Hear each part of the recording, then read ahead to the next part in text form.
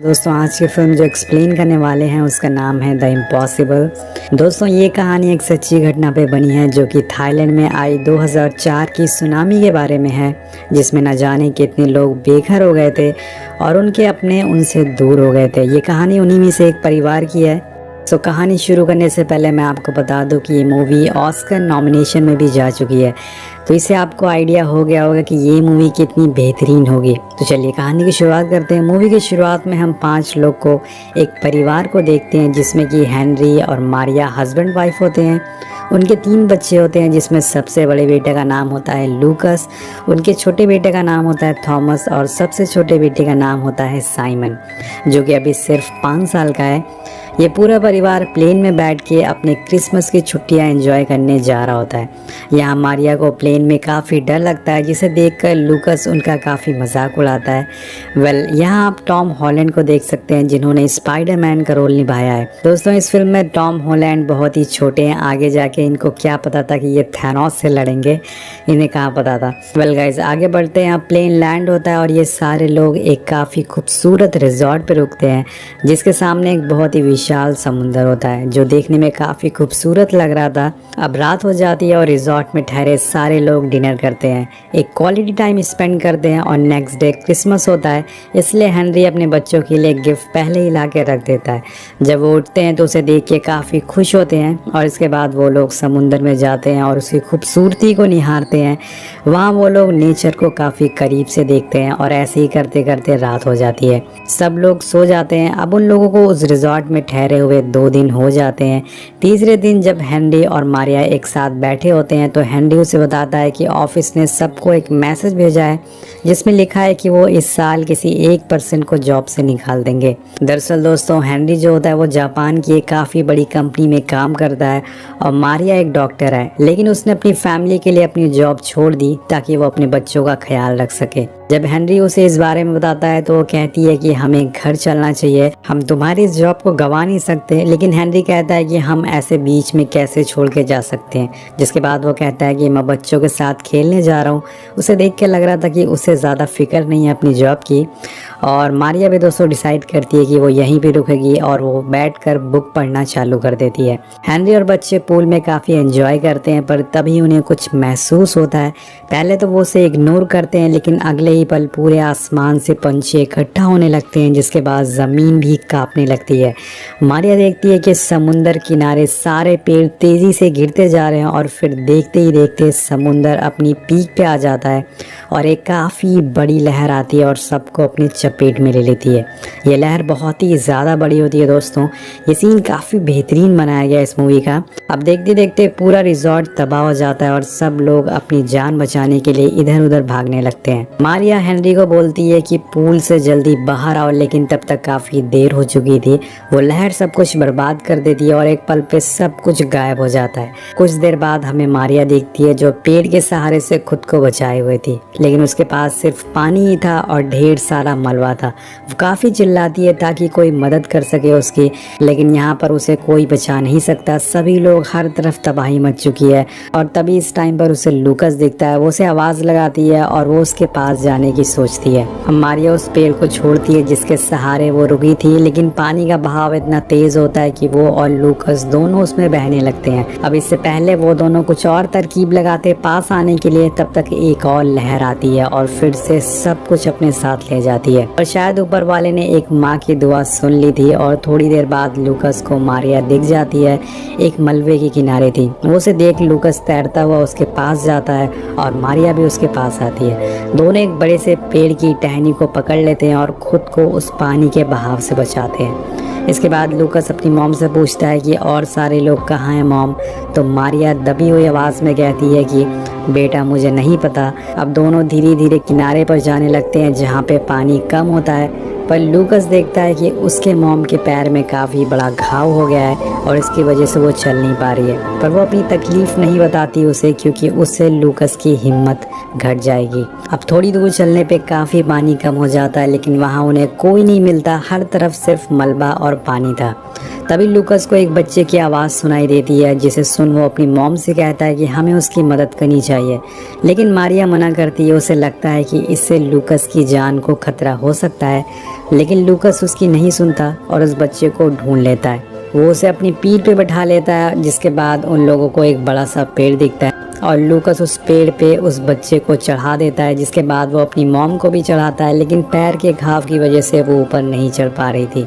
पर लूकस काफ़ी कोशिश करता है और आखिर में वो मारिया को ऊपर चढ़ा देता है। अब तीनों लोग रेस्क्यू टीम का इंतज़ार करने लगते हैं और इसी बीच उनकी आंख लग जाती है।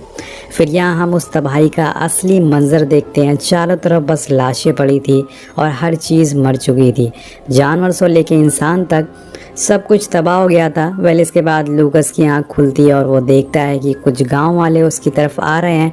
उन लोगों की आवाज़ें सुन के मारिया की भी आंख खुल जाती है और लूकस अपनी मॉम से कहता है कि मॉम देखो, हमें वो लोग लेने आ रहे हैं। लेकिन मारिया चल नहीं पा रही थी, इसलिए उसे एक आदमी काफ़ी मुश्किलों से गाँव तक ले जाता है, जहाँ जाके वहाँ की औरतें मारिया के कपड़े चेंज करती हैं और उसे टेबल पे लेटा के हॉस्पिटल ले जाने को कहती हैं। अब गांव का ही एक आदमी इन्हें अपनी वैन से हॉस्पिटल ले जाने लगता है और रास्ते में लूकस को हर जगह लोग जख्मी और परेशान देखते हैं। दोस्तों, ये तबाही से बहुत ही ज़्यादा भयानक मंजर निकल के सामने आए थे और यहाँ पर एक वैन में तो सिर्फ उसे काफ़ी सारे लोगों की लाशें दिखती हैं, जिसे दफन करने ले जाया जा रहा था। ये सारा मंजर देख के हमें पता चलता है कि नेचर से हम कभी भी जीत नहीं सकते। अब ये लोग हॉस्पिटल पहुंचते हैं तो वहाँ भी ऐसी ही हालत होती है। हर तरफ लोग इलाज के लिए भाग रहे थे और हॉस्पिटल में बेड की कमी थी। यहाँ टीवी में भी इसी सुनामी के बारे में बताया जा रहा था। गांव का एक आदमी मारिया को इमरजेंसी रूम में ले जाता है, लेकिन मारिया दर्द के मारे चिल्ला रही थी। वो लूकस से कहती है कि मुझे कोई पेन किलर दे दो, लेकिन लूकस को उसकी बात समझ नहीं आ रही थी। वो अपनी मॉम को कौन सी दवा दे। तभी वहाँ एक डॉक्टर आता है जो मारिया को इंजेक्शन लगाता है और उसकी मरहम पट्टी करके उसे और मरीजों के साथ लेटा देता है। लेकिन मारिया की हालत अभी ठीक नहीं थी। लूकस मारिया को कुछ फ्रूट्स देता है खाने के लिए ताकि वो जल्दी से ठीक हो सके। यहाँ पर दोस्तों मारिया को एक लेडी दिखती है जो उसके साइड में लेटी हुई थी और मारिया उससे उसका नाम पूछती है, लेकिन वो कुछ नहीं बोल रही थी। वो बिल्कुल साइलेंट होती है, बिल्कुल शांत होती है। ऐसा लग रहा था कि उसे बहुत बड़ा सदमा लगा है।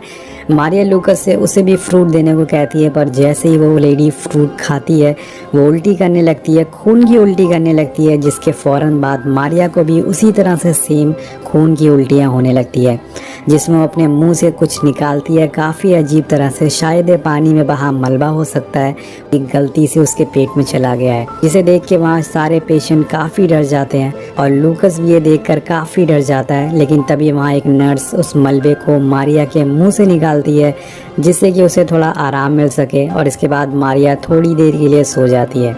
अब थोड़ी देर बाद वहाँ एक आदमी आता है जो अपनी फैमिली को ढूंढ रहा था। उसे देखकर मारिया लूकस से कहती है कि जाओ उसकी मदद करो, वो मुसीबत में है, जैसे भी करो उसकी मदद करो। अपनी मॉम की बात सुनकर लूकस वहाँ से बाहर आता है, जहाँ उसे एक बूढ़ा आदमी मिलता है जो अपनी फैमिली की फ़ोटो लेके उन्हें ढूंढ रहा था। लेकिन लूकस को उसकी भाषा समझ नहीं आती, लेकिन वो ये समझ जाता है कि वो अपनी फैमिली को ढूंढ रहा है। लूकस डिसाइड करता है कि वो उस आदमी के साथ साथ बाकी लोगों की फैमिली को भी ढूंढने की कोशिश करेगा। वो सभी से उनकी फैमिली के नाम और उनके शहर के बारे में पूछने लगता है और उन्हें ढूंढने की कोशिश करता है। अब थोड़ी देर बाद लूकस को एक जख्मी बच्चा दिखता है जो कि उसी आदमी का बेटा होता है जिसने सबसे पहले लूकस से मदद मांगी थी। लूकस उस आदमी को उसके बेटे से मिलवा देता है और उन्हें मिलता देख लूकस काफ़ी इमोशनल हो जाता है। ये सीन देख के उसे अपने डैड की याद आ जाती है और नेक्स्ट सीन में जब वो वापस अपनी मॉम के पास आता है तो उसे उसकी मॉम अपनी बेड पे नहीं मिलती और ये देखकर लूकस बहुत ही ज़्यादा घबरा जाता है। वो देखता है कि उसकी मॉम की जगह अब किसी और आदमी को लाया जा रहा है। लूकस चिल्लाने लगता है और अपनी मॉम को पुकारने लगता है। तभी वहाँ एक नर्स आती है और उसको रोते हुए देखकर उसे पूछती है कि क्या हुआ है, क्या परेशानी है तुम्हें। तो लूकस उसे बताता है कि उसकी मॉम यहाँ थी लेकिन अब वो यहाँ नहीं है, वो उससे मिल नहीं रही है। तो वो नर्स उसे एक दूसरे कैंप में ले जाती है जहाँ वो सारे बच्चे होते हैं जिनके मॉम डैड नहीं मिल रहे थे। नर्स लूकस से उसका नाम पूछती है और वो किसके साथ आया था। लूकस बताता है कि वो अपनी पूरी फैमिली के साथ यहाँ आया था लेकिन वो नहीं मिल रहे हैं। इसके बाद वो नर्स कहती है कि क्या मैं तुम्हारे किसी रिलेटिव से कांटेक्ट कर सकती हूँ। तो लूकस कहता है कि हाँ मेरे दादाजी हैं, लेकिन लूकस को उनका नंबर याद नहीं होता है। तो नर्स उसके शर्ट पे एक स्टिकर लगा के चली जाती है और लूकस वहाँ के आसपास सभी बच्चों को देखता है, उनके सभी बच्चों पे स्टिकर लगा हुआ था। यहाँ पर दोस्तों लूकस काफ़ी डरा हुआ होता है क्योंकि उसे लग रहा था कि उसकी मॉम अब शायद इस दुनिया में नहीं है। अब सीन शिफ्ट होता है और हम देखते हैं कि हेनरी अभी भी जिंदा है। वो अपनी फैमिली को उसी मलबे में ढूंढ रहा है और थोड़ी दूर पे उसे लूकस की बॉल भी मिलती है, जिसे देख वो मारिया और लूकस को तेज़ तेज़ से आवाज़ लगाता है, लेकिन उसका कोई जवाब नहीं दे रहा था। ऐसे ही करते करते शाम होने लगती है और रेस्क्यू हेलीकॉप्टर सारे लोगों को यहाँ से ले जा रहे थे, लेकिन हेनरी अपनी फैमिली को ढूंढे बिना यहाँ से नहीं जाएगा। वो उसी रिजॉर्ट में जाता है जहाँ वो उसकी पूरी फैमिली के साथ रुके थे। जब वो अपने रूम में जाता है तो वहाँ की छत पे उसे एक आदमी दिखता है और तभी उसे साइमन की आवाज़ आती है। जब वो उन्हें आवाज़ लगाता है तो उसे अपने दोनों बच्चे वहाँ मिल जाते हैं, जिसे देखकर उसकी आंखों में आंसू आ जाते हैं। वो साइमन को नीचे आने को कहता है और उसे बोलता है कि तुम थॉमस को लेके यहाँ के लोगों के साथ चले जाओ, वो तुम्हारा काफ़ी अच्छे से ख्याल रखेंगे। लेकिन थॉमस अभी काफ़ी छोटा है, वो नहीं मानता और इस घटना के बाद वो काफ़ी सहम भी गया था। वो कहता है कि हम मॉम और लूकस को मिल के ढूंढेंगे। दोस्तों यहाँ पर थॉमस बहुत ही छोटा है, उसका यहाँ पर रहना काफ़ी खतरे से खाली नहीं होता है, इसलिए हेनरी उसे काफ़ी मनाता है और वहाँ से उन लोगों के साथ उसे भेज देता है। अब इसके बाद वो मारिया को ढूंढने में लग जाता है और देखते ही देखते काफ़ी रात हो जाती है। अब यहाँ पर काफ़ी अंधेरा हो जाता है और इसी में वो किसी चीज़ से टकरा जाता है और घायल हो जाता है दोस्तों। लेकिन वो अभी भी हार नहीं मानता, वो आगे बढ़ता रहता है और आगे जाने पे उसे रोड दिखती है जहाँ पे एक गाड़ी उसके सामने आके रुकती है और उसे इस हालत में देख के वो आदमी उसे गाड़ी में बैठा के एक हेल्थ कैंप में ले जाता है। इस हेल्थ कैंप में काफ़ी लोग होते हैं और अपने जैसा एक आदमी मिलता है जिसकी फैमिली उसी सुनामी में खो गई थी। वो हेनरी से अपने परिवार के बारे में बताता है और वो बताता है कि उसकी फैमिली बीच में जा रही थी और उसके लिए उन्होंने बेड पे एक नोट रखा हुआ था। ये सब बताते बताते और ये सारी बातें बताते बताते वो आदमी काफ़ी इमोशनल हो जाता है और रोने लगता है, जिसके बाद हेनरी भी उसे अपनी परेशानी बताता है। वो कहता है कि जब वो वापस उसी रिजॉर्ट में पहुंचा तो उसका बेटा और उसकी वाइफ वहाँ नहीं थे। उसे नहीं पता कि वो ज़िंदा है भी या नहीं है। अब वो दोनों एक दूसरे को काफ़ी संभालते हैं। वो आदमी उसे रोता देख उसे अपना फ़ोन देता है और उसे कहता है कि मैंने इसकी बैटरी बचा कर रखी हुई थी ताकि मेरी फैमिली का कॉल आ सके और मैं उसे उठा सकूं। लेकिन वो आदमी हेनरी से कहता है कि अगर तुम किसी अपने जानने वाले को कॉल करना चाहते हो तो इसे कर सकते हो। हेनरी उसका फ़ोन लेके अपने डैड को फ़ोन करता है और उन्हें ये सब बताते हुए काफ़ी रोता है। वो बोलता है कि डैड मैं लूकस और मारिया को ढूंढ नहीं पा रहा हूँ, वो कहीं खो गए हैं, लेकिन मैं हार नहीं मानूंगा, मैं उन्हें हर जगह ढूंढूंगा और मैं ऐसे हार मानने वाला नहीं हूँ। फिर वो रोने लगता है पर उसके साइड में बैठी एक लेडी उसे सहारा देती है और थोड़ी देर बाद आराम करने के बाद हेनरी वहाँ से जाने लगता है और पूरी रात वो मारिया और लूकस को ढूंढता है। उसके साथ वो आदमी भी होता है और दूसरी तरफ थॉमस और साइमन कुछ अनजान लोगों के साथ होते हैं। थॉमस के पास एक बूढ़ी लेडी आके बैठती है और थॉमस उसे पूछता है कि आपकी एज क्या है।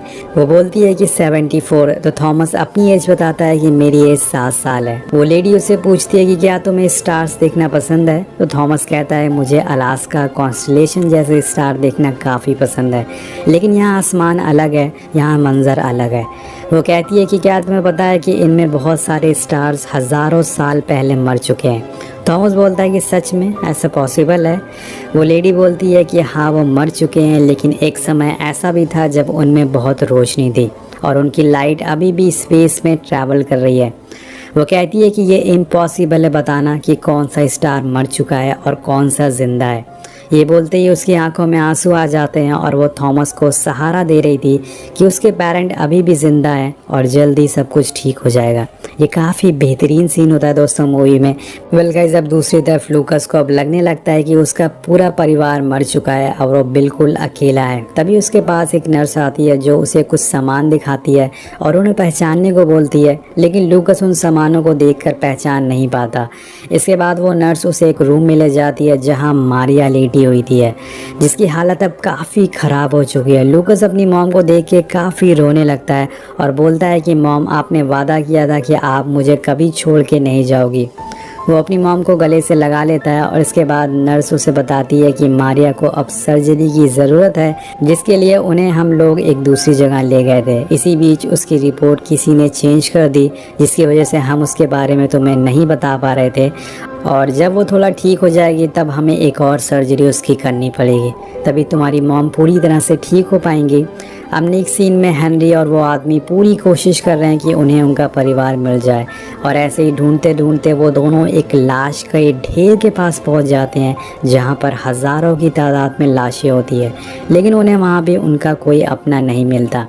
हेनरी और वो आदमी सारे हॉस्पिटल में चेक करते करते, और तभी हेनरी को एक हॉस्पिटल के बाहर वही लेडी मिलती है जो थॉमस और साइमन के साथ थी। वो उसे अपने बच्चों के बारे में पूछता है, लेकिन वो उसे कहती है कि मुझे कुछ नहीं पता, वो लोग सारे बच्चों को कहीं ले गए और हम लोगों को यहीं छोड़ दिया। और इधर दोस्तों मारिया की हालत काफ़ी ज़्यादा बुरी होती जा रही थी। वो लूकस को पानी लाने के लिए कहती है, और वही हेनरी और वो आदमी एक ट्रक से उसी हॉस्पिटल में पहुंच जाते हैं जहां मारिया थी। लेकिन जिस ट्रक से वो लोग आए थे उसका ड्राइवर काफ़ी जल्दी में होता है, पर हेनरी उसे जैसे तैसे करके थोड़ी देर रुकने के लिए मना लेता है। अब हेनरी हॉस्पिटल के अंदर जाता है और अपने परिवार को ढूंढने के लिए वहीं लूकस भी होता है, और वो पानी लेने के लिए जा रहा होता है जहां से हेनरी गुजरता है। वहीं से थोड़ी देर बाद लूकस भी गुजरता है, लेकिन ये दोनों एक दूसरे को देख नहीं पाते।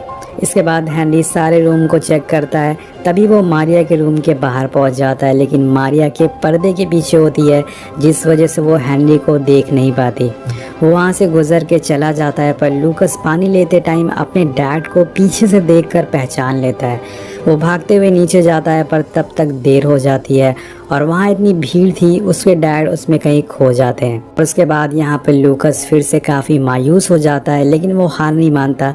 वो अपनी तलाश जारी रखता है। वो नीचे अपने डैड को ढूंढता रहता है, पर तभी वहाँ उन छोटे बच्चों की ट्रक भी आ जाती है जो हॉस्पिटल के बाहर थोड़ी देर के लिए रुकती है, जिसमें थॉमस और साइमन भी होते हैं।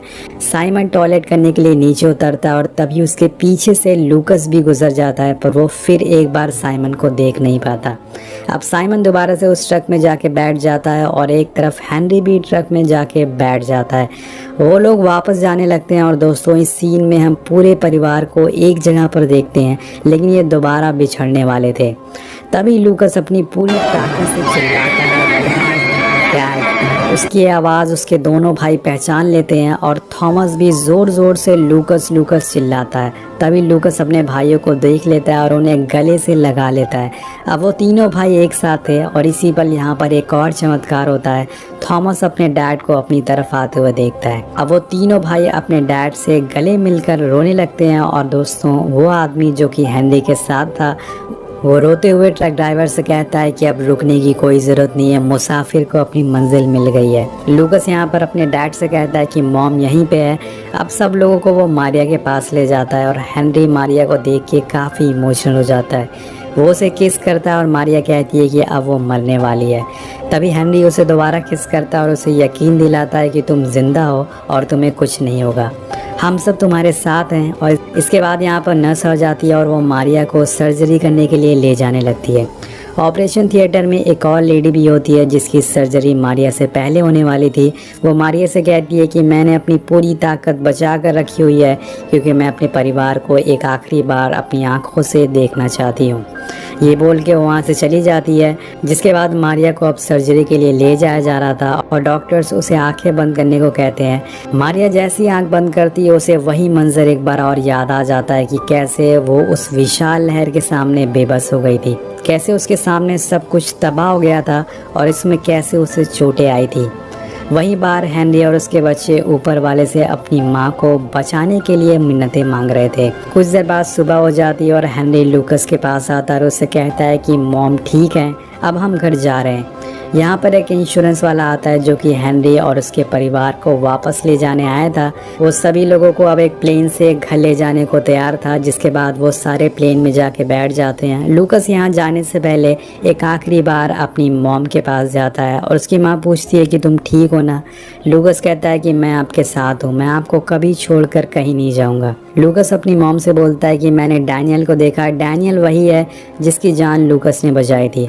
अब डैनियल को भी उसका परिवार परिवार मिल गया था। और ये सुन के मारिया लूकस को गले लगा लेती है और बोलती है कि मुझे तुम पे प्राउड है। अब लूकस अपनी शर्ट पे वो स्टिकर हटा देता है जो उसे उस नर्स ने लगाया था, क्योंकि अब वो अपने पूरे परिवार के साथ है। और हेनरी अपनी पॉकेट से एक पेपर निकालता है जिस पे लिखा होता है कि वी आर एट बीच। दरअसल दोस्तों ये उसी आदमी की फैमिली का नोट होता है जिसे हेनरी के साथ उसके परिवार को ढूंढने की मदद की थी। हेनरी नम आंखों से ऊपर वाले से दुआ करता है कि उस आदमी को भी उसका परिवार मिल जाए। और एक तरफ मारिया को यकीन नहीं हो रहा था कि वो आज अपने पूरे परिवार के साथ है। वो प्लेन की खिड़की से बाहर देखती है, नीचे सब कुछ तबाह हो गया था, हर चीज़ पानी में मिल गई थी। ये देखकर वो रोने लगती है और वो कहते हैं ना दोस्तों कि कोशिश करने वालों की कभी हार नहीं होती। किसी ने भी हार नहीं मानी थी, जिसकी वजह से आज सभी लोग एक साथ थे। वेल ये कहानी यहीं पे ख़त्म हो जाती है। आपको ये कहानी, ये इमोशनल कहानी कैसी लगी नीचे कमेंट करके ज़रूर बताइएगा। अगर इसी तरह की और इमोशनल कहानी देखना चाहते हैं तो कमेंट करके